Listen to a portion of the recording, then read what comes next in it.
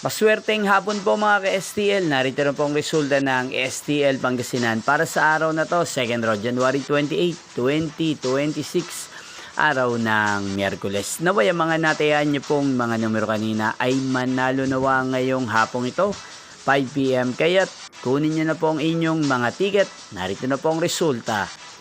Ang mga numerong nanalo sa STL Pangasinan ngayong hapong ito, January 28, 2026, 5 PM, 2nd row, result 40 at 26 in exact order. Again, 40 at 26. At ngayong hapong ito sa STL Pangasinan, atin pong i-shoutout ang lagi pong nanonood sa channel ito, si Kuya George ng Pangasinan. Shoutout po sa inyo, Kuya George. Sana po ay nasa maayos kayong kalagayan. At sa lahat po ng mga taga Pangasinan, shoutout po sa inyong lahat. Inyo pong napanood ang resulta ng STL Pangasinan. Magkita-kita pong muli tayo mamayang 8:45 PM para sa 3rd row result ng STL Pangasinan. Thank you for watching.